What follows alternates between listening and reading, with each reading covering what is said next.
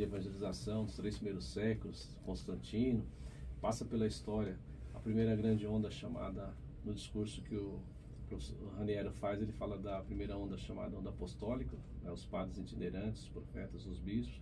Depois ele dá um salto do século VI ao século IX, na chamada segunda onda, a onda patrística, passa pelos santos padres, quando São Bento escreve a regra, ora et labore, surgem as escolas escolásticas. Depois ele dá um salto na terceira grande onda da evangelização, nós vamos no século XIII, século XV, quando surgem as congregações religiosas, a gente pega um fomento desse período histórico, e depois damos um salto para o Concílio Vaticano II, 1962, 1965, quando o leigo assume um papel determinante na evangelização.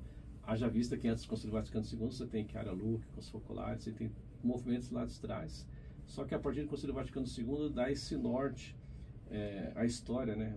São João Paulo II reúne em 1998 as novas comunidades aqui na Praça São Pedro, e fala desse grande despertar dessas fundações, onde o leigo é predominador desse sentido da evangelização junto com a igreja local, junto com as dioceses. Aí sim, o movimento, né, a renovação carismática católica, né, o catecumenato, comunhão, libertação, e também as novas fundações.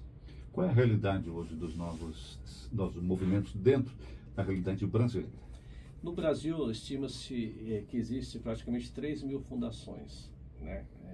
Na verdade, esse dado no mundo, perdão, 3.000 nossas fundações. No Brasil, 1.500 delas.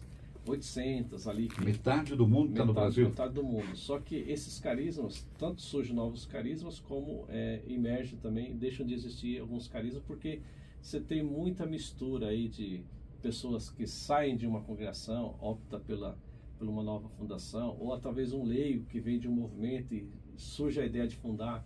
Na verdade, esse livro ele foi fundamentado na formação do leigo, no sentido de como a igreja, né? Tanto é que a fala dos 3 últimos fala, como que a igreja vê o papel determinante do leigo, não é algo separado, mas sim junto com a igreja local, sob orientação diocesana. Isso é muito rico. Então, de fato, ainda é novo a igreja, os bispos do Brasil estão acompanhando. O CARES tem sido uma grande ferramenta de alinhamento desses novos movimentos, para ver, claro, quais são os carismas realmente fundantes, existenciais, que possam levar à evangelização. Tem sido assim. Existe uma diferença de movimento e leigos? Na verdade, o leigo, se ele está no movimento, ele está nas comunidades, todos os batizados. Porque tem movimentos que não são de leigos. Sim, justamente. Tem comunidades, por exemplo, que são fundadas por sacerdotes religiosos e assim, também predominante. Mas a grande maioria hoje no mundo são formados por leigos. Já visto aqui uma caracterização, você pega as grandes novas fundações, você tem clérigos, leigos, religiosos, você tem uma mistura de todos os batizados, vamos dizer assim. É difícil manter o carisma no movimento? Muito, muito, até porque o carisma ele vai se revelando, né? Na história da igreja, já visto as grandes fundações, o carisma ele floresce depois da morte do seu fundador. Eu estive ontem em Assis, por exemplo. Quando você pisa em Assis, você vê que um leigo, Francisco de Assis, humanamente ele não teria forças para esse movimento que cresceu tão grande como são os franciscanos, né? Uma riqueza para a igreja. Qual é o seu carisma? Nosso carisma está fundamentado. A escola de formação para leigos, que existe aqui em Roma e também em todo o mundo, ela vai dizer que, sob a luz do magistério da igreja, todo carisma tem uma página do Evangelho. Nós somos da comunidade Discipuli Domini, né? No latim, a língua oficial da igreja, discípulos do Senhor.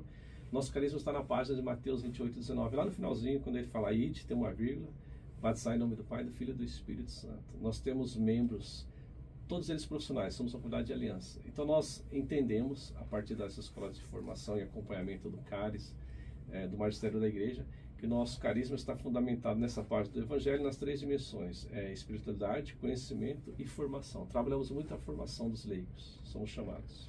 Hoje é o último dia do ano, Lécio. O que nós desejamos para esse ano que está chegando?